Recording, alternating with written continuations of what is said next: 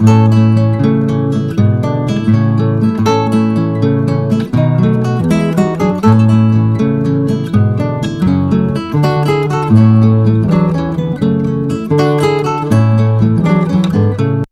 vous salue, chers frères et sœurs dans le Seigneur Jésus-Christ. Mon nom est Victor Kabila Moulongo.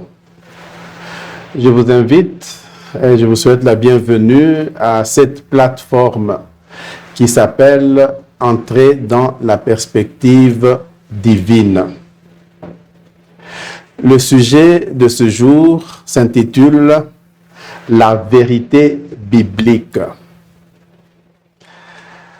C'est une traduction du texte que j'ai initialement conçu en anglais et que je serai en train de traduire au fur et à mesure. Je vous prierai de bien vouloir m'excuser si l'un ou l'autre lapsus pouvait s'y glisser dans la traduction. Donc, la vérité biblique.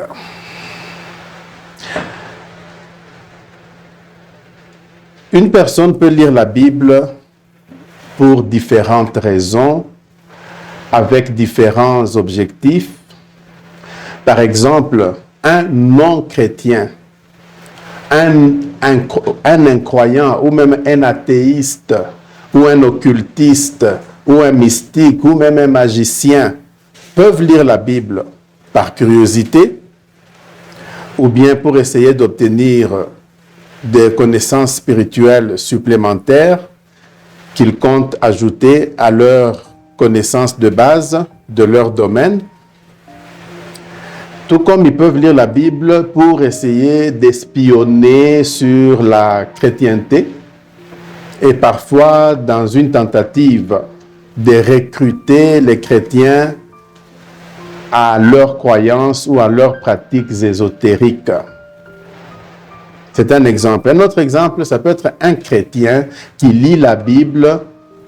Ça peut être un peu au hasard parce que, bon, il lui a été dit que non, un bon chrétien doit être un lecteur de la Bible. Tout comme un chrétien peut lire la Bible pour essayer d'obtenir plus de connaissances et de gagner plus de familiarité et même d'intimité avec le Dieu Tout-Puissant, Jéhovah, en y ajoutant bien entendu les pratiques spirituelles des chrétiens, la prière, la louange, l'adoration et toutes les autres pratiques spirituelles des chrétiens.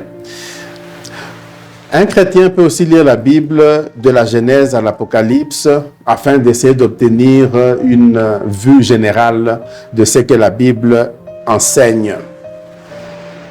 Tout comme un chrétien peut lire la Bible cherchant dans la recherche de comprendre mieux ce que la Bible enseigne à propos d'un sujet spécifique.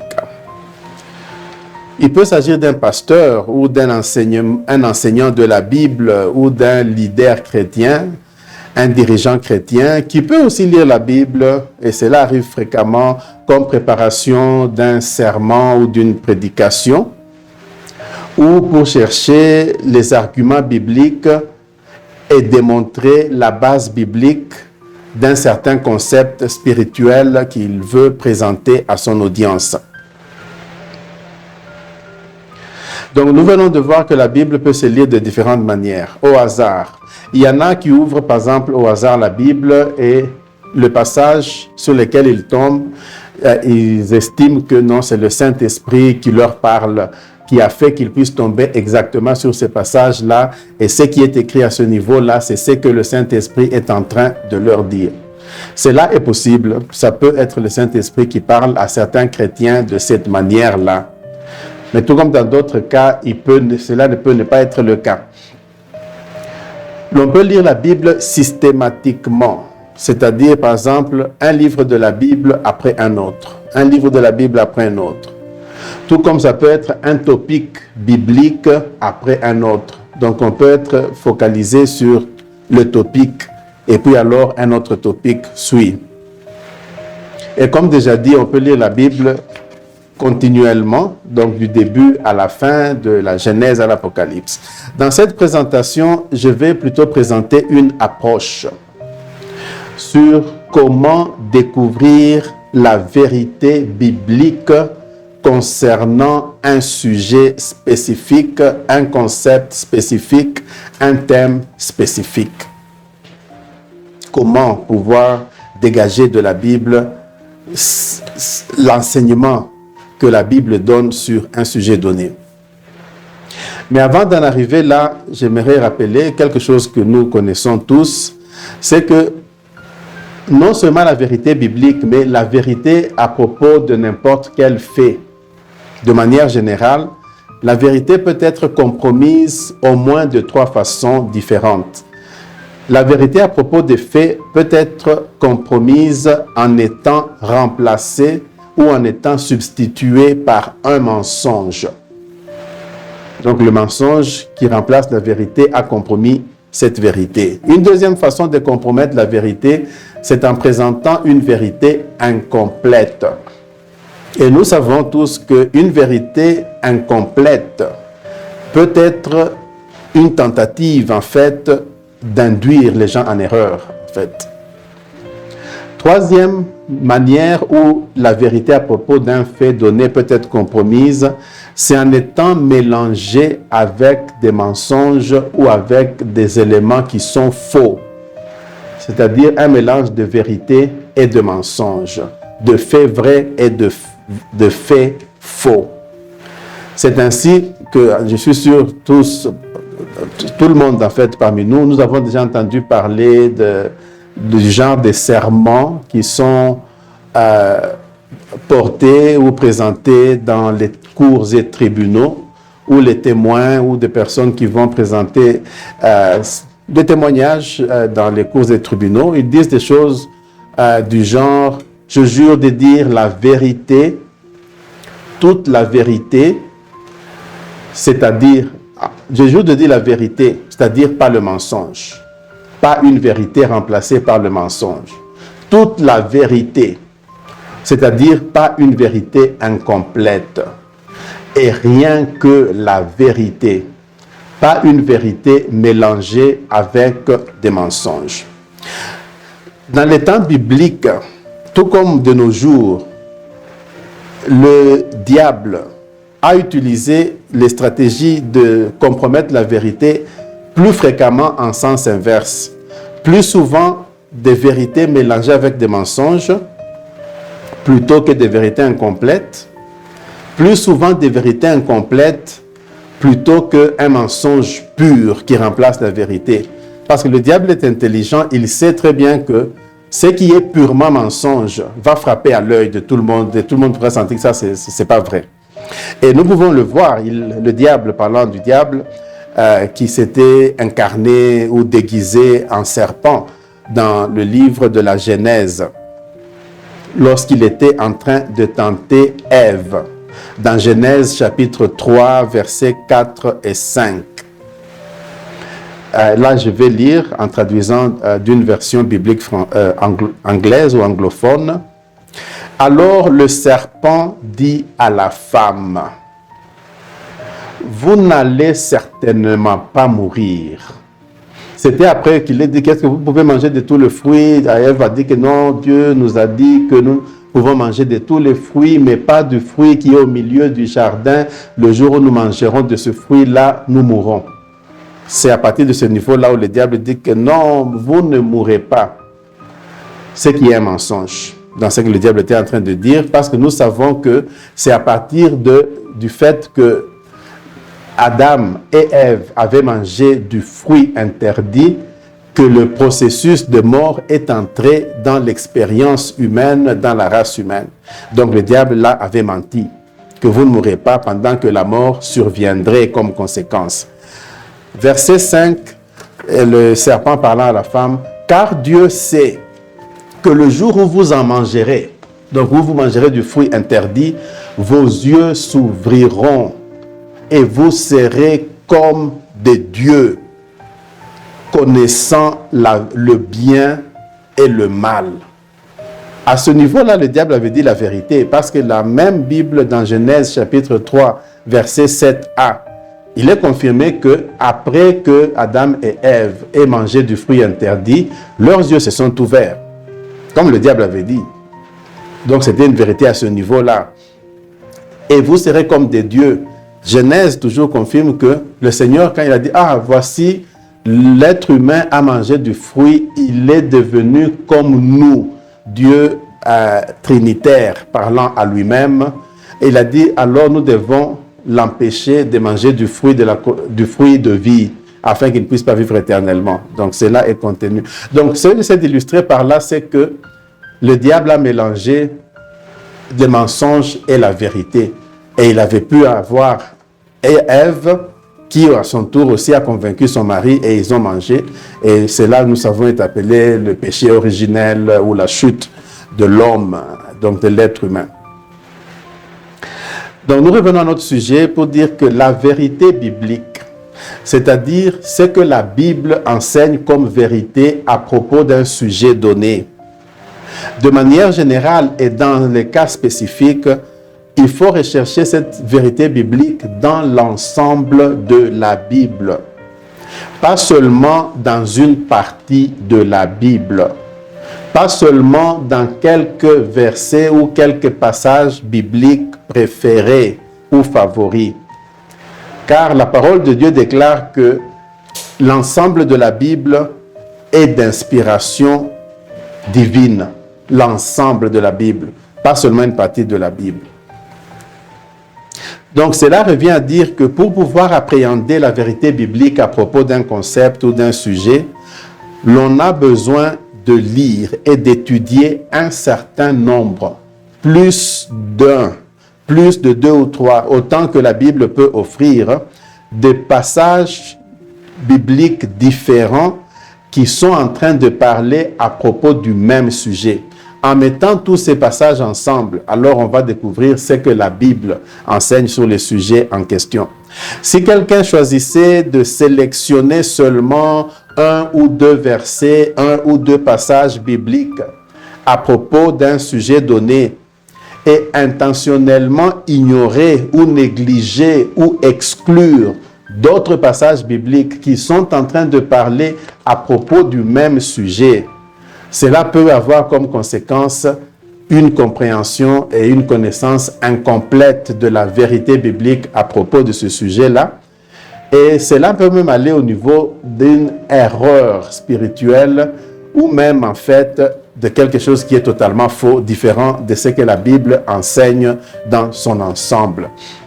Et cela est confirmé si vous pouvez lire dans le livre de 2 Timothée, chapitre 3, versets 16 et 17, aussi bien que dans le livre de Josué, chapitre 1er, verset 8.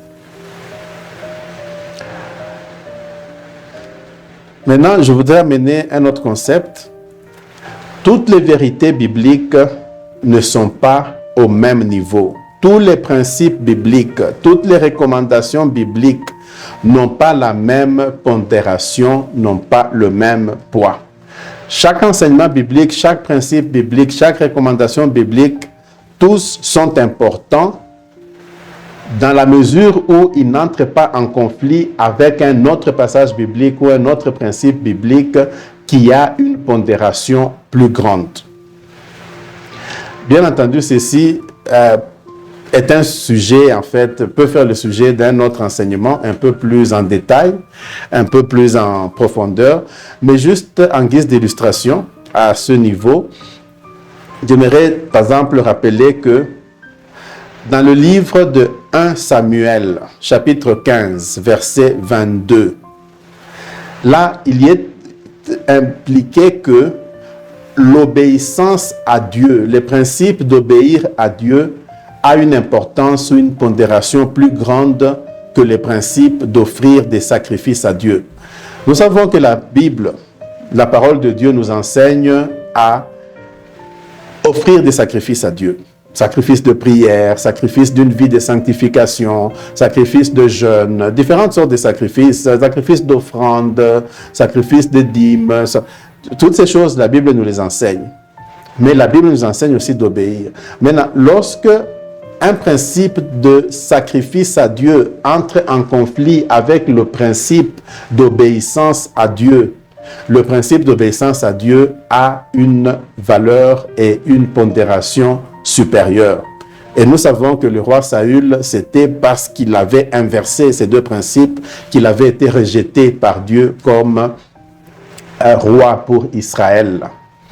Parce que la parole de Dieu déclare dans 1 Samuel 15, 22, ici je paraphrase, que Dieu prend plaisir à l'obéissance plus qu'au sacrifice. Donc le principe d'obéissance est supérieur au principe de sacrifice. Mais lorsque les deux ne sont pas en conflit, les deux sont très importants aux yeux de Dieu. Un autre principe, agir, mettre en pratique la parole de Dieu, ça a plus d'importance que de connaître, de lire la parole de Dieu, d'accumuler même des connaissances sur la parole de Dieu qui est la Bible, sans les mettre en pratique. Donc la mise en pratique est plus importante que l'accumulation de la connaissance de la parole de Dieu sans la mettre en pratique. Donc dans une mesure, une personne qui connaîtrait la parole de Dieu de manière limitée et qui serait en train de mettre en pratique le peu qu'il connaît est mieux vu dans la parole aux yeux de Dieu qu'une personne qui connaît même toute la Bible mais qui ne met rien en pratique de ce qui est biblique. Cela n'est pas un encouragement à connaître juste un peu pour mettre en pratique un peu, mais c'est juste pour illustrer la différence de pondération entre la mise en pratique de la parole de Dieu, qui a une pondération plus grande que la simple connaissance ou l'accumulation de la parole de Dieu.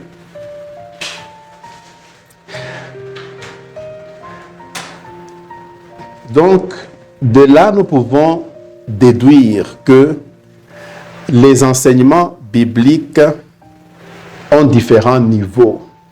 Il y a les niveaux élémentaires, et puis il y a les niveaux intermédiaires, et puis il y a les niveaux plus avancés. La croissance dans la compréhension des vérités bibliques, des vérités spirituelles bibliques, est une obligation faite sur les enfants de Dieu par les enseignements bibliques. Une personne qui resterait toujours au niveau des connaissances élémentaires de la Bible, sans croître dans la compréhension et l'accumulation des enseignements bibliques, la compréhension des enseignements spirituels de la Bible, cela n'est pas recommandable. Ça peut conduire à une stagnation dans la vie spirituelle. Donc la croissance est une obligation. La croissance spirituelle dans la connaissance et la mise en pratique des enseignements bibliques, c'est une obligation faite sur les enfants de Dieu. Entre autres parce que cela permet de croître dans les degrés d'intimité avec Dieu, notre Père. Et aussi parce qu'il y a un certain nombre de défis et de problèmes spirituels qui ne peuvent être résolus que avec l'acquisition, la compréhension, l'acquisition et la mise en pratique des principes spirituels bibliques du niveau suivant. Il y a certaines choses qu'on ne parvient pas à résoudre parce qu'on est à un niveau spirituel élémentaire ou intermédiaire, pendant que cela requiert le niveau suivant, le niveau supérieur. Donc, il n'est pas bon, et cela est confirmé dans le livre de Hébreux, chapitre 5, verset 11, jusque dans le chapitre 6, verset 2. Cela est en train d'apparaître sur l'écran. Nous avons donc besoin de croître dans la connaissance de la Bible. Alors, pour terminer cette première partie de ce sujet sur la vérité biblique, je voudrais aussi attirer l'attention sur un fait. Dans une mesure, la Bible, la parole de Dieu, peut être considérée et doit être considérée comme un livre scellé. Donc, pour comprendre la signification des enseignements en profondeur de la Bible et éviter de n'y voir que des contradictions, parce qu'il y a des personnes qui ne voient que des contradictions dans la Bible. Ils disent, ah, la Bible se contredit. Là, il est écrit ceci et maintenant, il est écrit cela. Non, la Bible n'est pas logique. La Bible se contredit. Pendant que la Bible ne se contredit pas, c'est à un niveau supérieur où une personne qui n'est pas connectée à l'auteur original de la Bible, qui est le Saint-Esprit, cette personne sera dans la confusion et sera en train de voir des contradictions. Donc, il est nécessaire, pour comprendre les profondeurs de ce livre scellé qui est la Bible, il est important d'être connecté au Saint-Esprit, qui est l'auteur original, qui a inspiré les auteurs humains, écrivains qui ont écrit les différents livres de la Bible. Donc, j'aimerais terminer cette première partie que nous allons intituler partie A de ce sujet sur la vérité biblique. Et la partie B va suivre où nous allons essayer d'illustrer ces enseignements un peu introductifs,